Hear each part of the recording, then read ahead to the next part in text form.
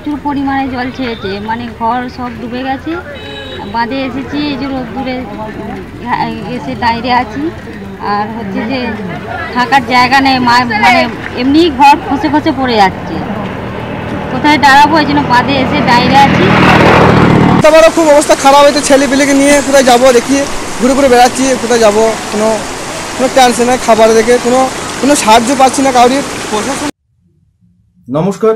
গত এক সপ্তাহ আগে গভীর নিম্নচাপের সৃষ্টি হয়, যার ফলে অতিরিক্ত বর্ষা হয় এবং ডিভিসির ছাড়া চলে। পূর্ব মেদিনীপুর, পশ্চিম মেদিনীপুর, পূর্ব বর্ধমান, পশ্চিম বর্ধমান, হুগলি জেলা, বীরভূম, বাঁকুড়া জেলাতে অতিরিক্ত বন্যা পরিস্থিতি সৃষ্টি হয়। সেই পরিস্থিতি সামাল দিতে প্রশাসনকে যথেষ্ট বেগ পেতে হয়। প্রায় 5 লক্ষ মানুষ বানভাসী হয়ে পড়ে। 73টি ত্রাণ শিবিরে তাদের আশ্রয় দিতে হয়েছিল। 112টি গ্রামের অবস্থা অত্যন্ত ভয়াবহ, অত্যন্ত দুর্বিষহ হয়ে উঠেছিল। আর সেই বন্যার ফলে আজ 40,000 মানুষ গৃহহীন অবস্থায় ফ্লাড সেন্টারে অবস্থান করছে।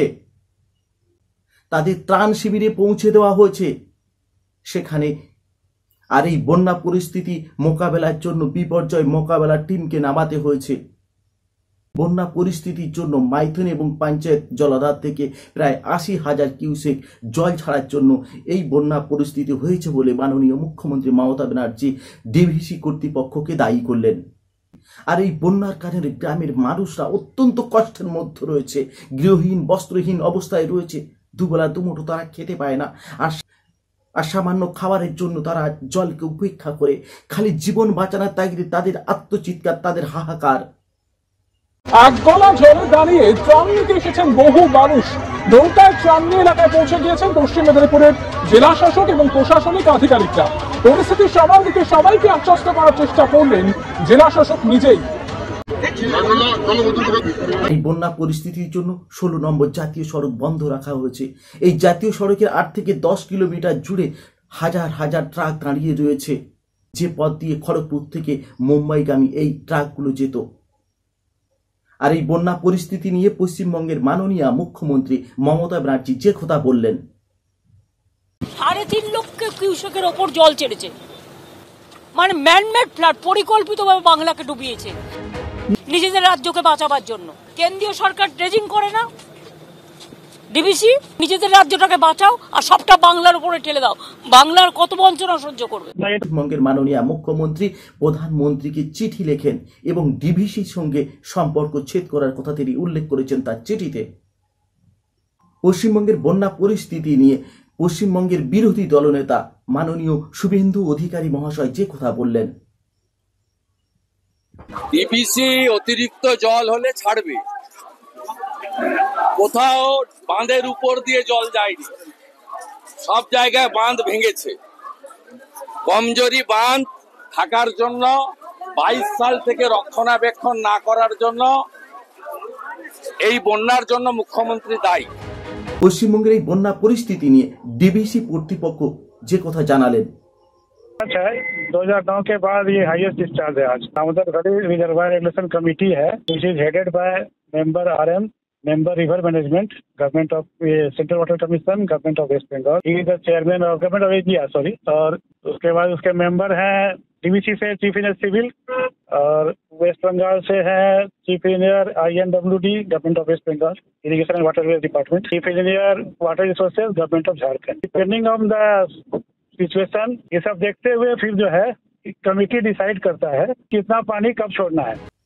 পশ্চিমবঙ্গের বন্যা পরিস্থিতি নিয়ে বিজেপি নেতা শ্রমিক ভট্টাচার্য যে কথা জানালেন, গতবারে যখন বন্যা হয়েছিল তখনও তিনি বলেছিলেন ম্যানমেড বন্যা এবং তার জন্য ডিভিসি জল ছাড়াকে দায়ী করেছিলেন। এখন কোন রাজ্যের মুখ্যমন্ত্রী যদি সরাসরি যুক্তরাষ্ট্রীয় ব্যবস্থার বিরুদ্ধে যুদ্ধ ঘোষণা করে দেন, তিনি তারই সহযোগী রাজনৈতিক দল ঝাড়খণ্ডে যারা এই মুহূর্তে সরকার পরিচালনার দায়িত্বে আছে তাদের বিরুদ্ধেও যুদ্ধ ঘোষণা করে দেন এবং সর্বোপরি নিজেদের সার্বিক ব্যর্থতা, নিজেদের পরিকল্পনাহীনতা তা সম্পূর্ণভাবে কেন্দ্রের উপরে চাপিয়ে দিতে চান, তাহলে তার পরিণতি কি হতে পারে? মুখ্যমন্ত্রী কি ভারতবর্ষ থেকে নিজেকে ছিন্ন করতে চাইছেন?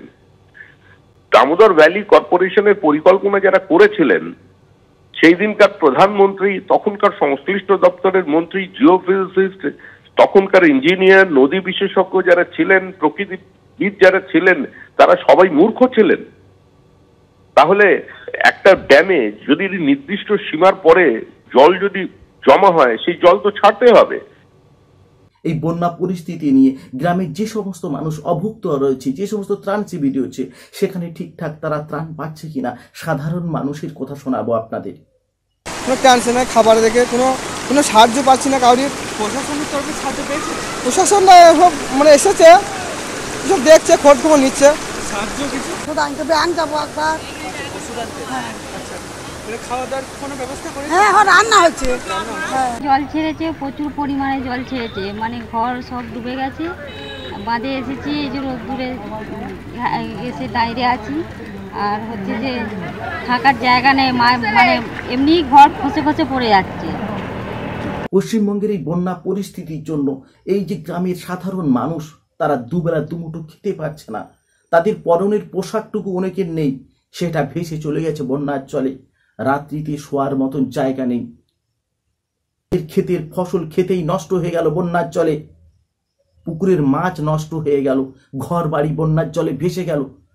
জানি না এই পরিস্থিতি কবে স্বাভাবিক হবে, এই মানুষগুলো তাদের স্বাভাবিক জীবনে কবে ফিরে আসবে।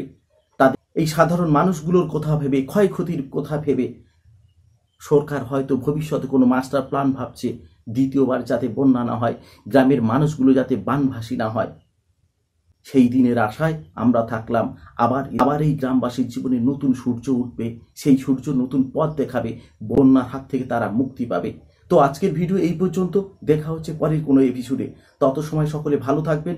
সকলকে আরো একবার নমস্কার।